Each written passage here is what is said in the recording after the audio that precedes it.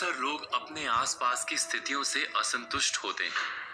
लोगों को घट रही घटनाओं से बहुत सारी शिकायतें रहती हैं। जिसे देखो वही कहता मिल जाएगा कि ना जाने ये सब क्या हो रहा है। किसी का भी इस तरह व्यथित होकर प्रतिक्रिया देना और कुछ नहीं, उसके नजरिए यानी दृष्टि के कारण है। यानी समस्या दृश्य में जितनी नहीं उससे अधिक दृष्टि की है। वास्तव में ये हम पर निर्भर करता है कि हम अपने समय और समाज की स्थिति को किस तरह से देखते हैं। हमारा नजरिया ही हमारे लिए संसार को देखने और समझने का एकमात्र उपाय होता है। कोई भी घटना हमें उतनी ही प्रिय और अप्रिय लगती है जितनी कि हमारी दृष्टि उसे हमें समझाती है। आपने कभी आकाश में उड़ते बादलों में बनने वाली आकृतियों को देखा है? उनमें जो भी आकृतियां बनती हैं, उसे हम अपने नजरिए से ही परिभाषित कर पाते हैं। एक ही समय में वो एक बादल का टुकड़ा किसी को शेर और किसी को खरगोश दिखता है। कैसे? ये केवल नजरिए के कारण है। दृष्टि के इस मर्म को हम एक कहानी के द्वारा समझने की कोशिश करते हैं। किसी आश्रम में गुरुजी अपने दो प्रिय शिष्यों के साथ रहते थे।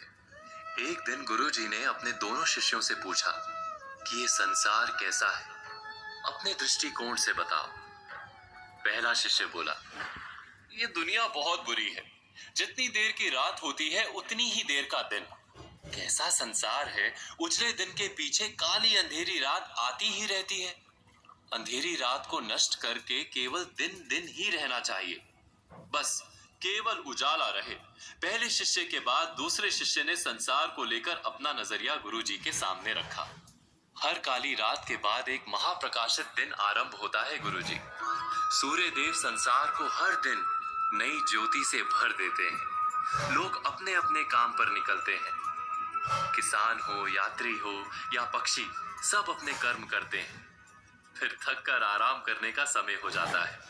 शाम घिरने लगती है तो हम सूर्य को विदा कर दीपक जलाते हैं और रात में भी उजाला कर लेते हैं। आसमान चमकीले तारों से भर जाता है। चंद्रमा का उदय होता है। रात के साथ दिन का क्रम बना रहना बहुत आवश्यक है, अन्यथा हम प्रकाश का महत्व कैसे समझ पाएंगे। गुरुदेव ने दोनों के नजरिए को समझा। संसार वही एक है। हम इसे कैसे देखते हैं उस पर निर्भर करता है। जो अंधकार को अधिक देखेगा उसे अंधकार अधिक दिखेगा। जो प्रकाश को महत्व देगा उसे प्रकाश अधिक दिखेगा। इसीलिए दृश्य नहीं, दृष्टि को बदलने या सुधारने की आवश्यकता है। इस पर विचार, मनन और चिंतन अवश्य कीजिए।